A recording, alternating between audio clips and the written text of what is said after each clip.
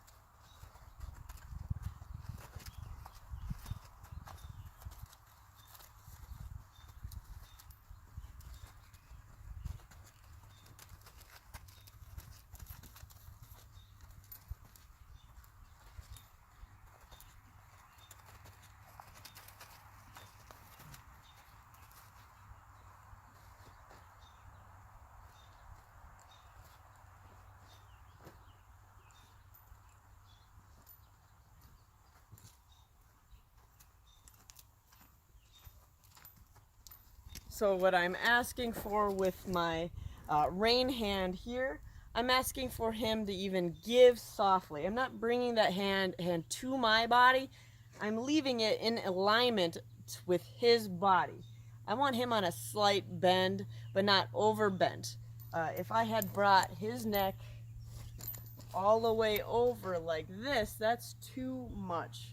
I will want to keep his head nice in alignment with his body, even asking for a slight downward pressure. And he gives it that pressure there, as you can see.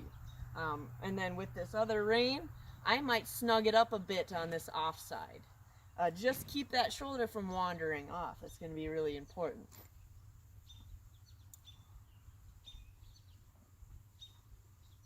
One thing that I will always do before mounting up is snug that cinch up a few times, not just all at once.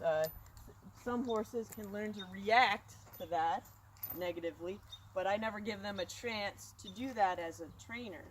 I'll do it 3 times. I'll snug it up when I put the saddle on, just as a very mild snug. Snug it up again when I put the bridle on. Walk around, snug it up one more time before I mount.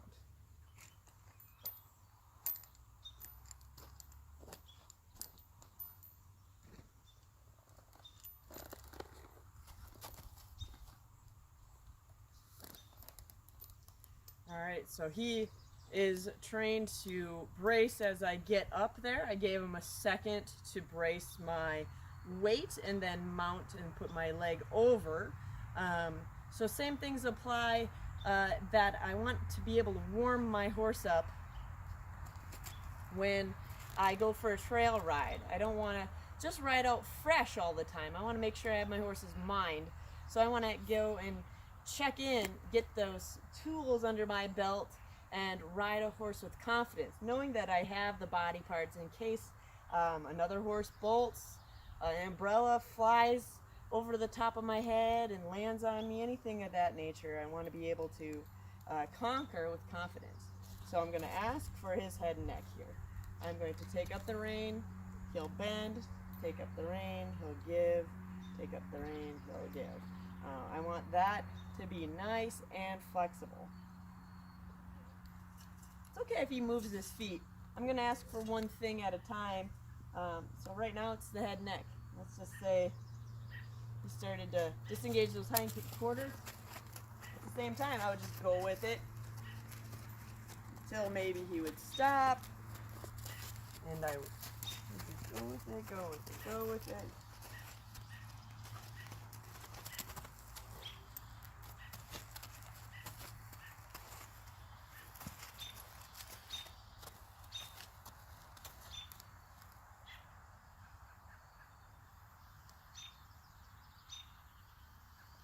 then he gave it to me and I release.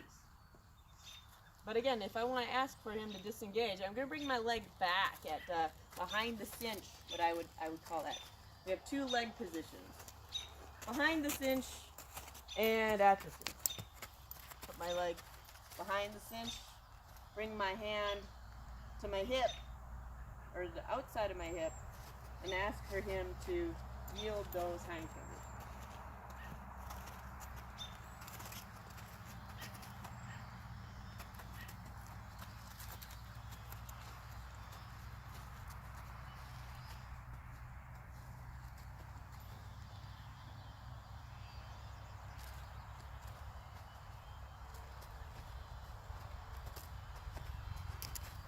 So he might want to move those shoulders around, but you'll want to learn to feel his hindquarters yield. So I can feel my hips move over.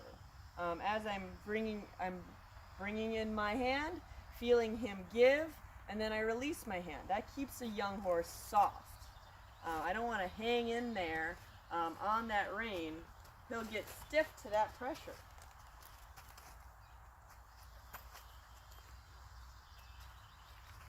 You'll see my hand learn feel this way of a particular horse. I'll bring it in and release, bring it in and release. Very important on all horses is we don't want them to be stiffer than necessary. We want them to be butter in our hand, and that's especially true for gaited. If they start to get stiff down one side of their body, they're going to stiffen on the other side as well and become more of a lateral moving horses. All gaited horses can be lateral, and we don't want that. We want equally timed footfalls. And in order to get that into most of our horses, I train for flexibility, softness, and collection. So there's my rein, one rein aid coming to my hip, one leg aid already coming behind the cinch for that movement of yielding the hindquarters. Next movement is going to be mobilizing the shoulders again. Just like on the ground, I'm going to mobilize those shoulders, and I'm going to have a few aids. The horse is going to move away from my leg aid, which if I want the shoulder to move this way, to the inside of the round pen, I'm going to place my leg here at the cinch, but I'm going to help out with some direction on my rein aids. One rein aid can come by and lay on the neck. The other rein aid can open the door on the inside, and the horse will yield the forehand.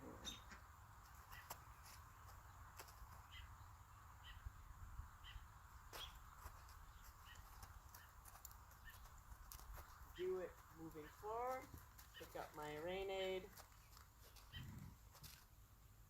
slow my body down, and the horse will pivot.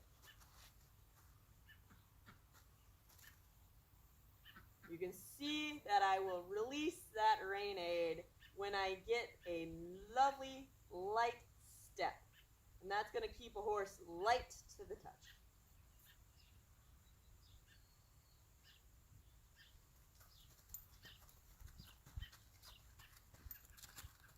So here I am moving the horse forward on a circle, also bringing the shoulder over. Walk a step forward, bring the shoulder over.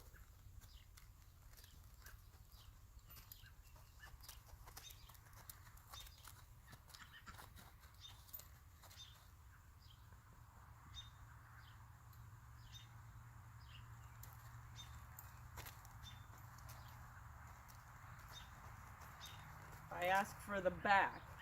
I'm not going to just hang on the pressure on the mouthpiece. It's a full body movement. I'm going to tilt my pelvis, straighten my legs, straighten my body. Lightly take a hold of the mouth, but not pull.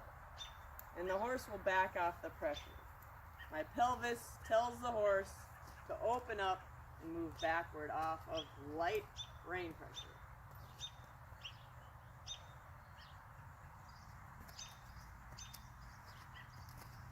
And that will cover our back, disengagement, and moving the shoulders. Now we're going to really cover what will help us maintaining a gaited horse and having longevity, keeping that training with that horse. This is going to be lateral movement. I call it the collection rein. When we're moving around in this circle, let's just say here's my inside. I'm going to pick up this rein aid. The horse will keep that bend moving this direction, but I'm going to bring in this rein aid as if it were going to come up and touch my outside shoulder. But it is not going to go this far. It is going to come in and just do a little movement as I'm moving around the circle. And along with that rein aid, at the same time, my leg aid comes in on this side, and that will tell the horse to move sideways as we're moving here. So watch me as I perform that movement.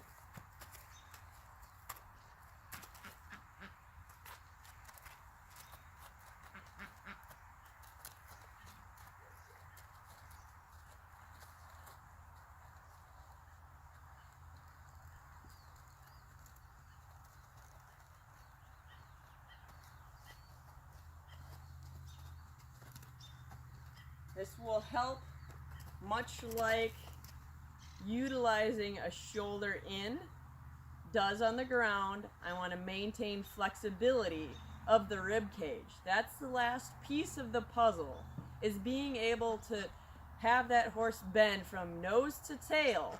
And the importance of that is being that their hips will tilt and they'll be able to reach up underneath their body, pick up their back, and execute a collected gait. So I'm going to move forward and to show this aid in action on a circle here.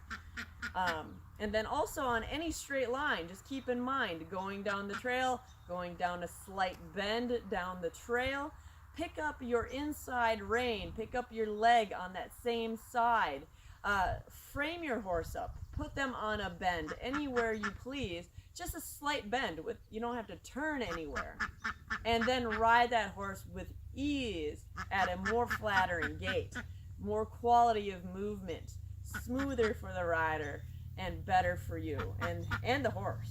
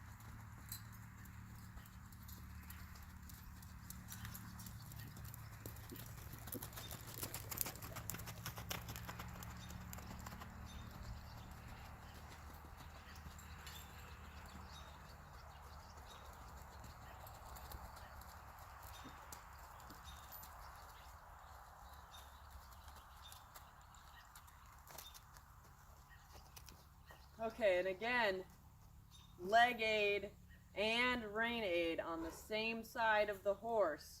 The rein aid coming in softly, sliding down and bringing it up to the outside shoulder as you're circling or going down the trail. Knowing where the horse's mouth is, sliding down, feeling lightly, that's going to be important.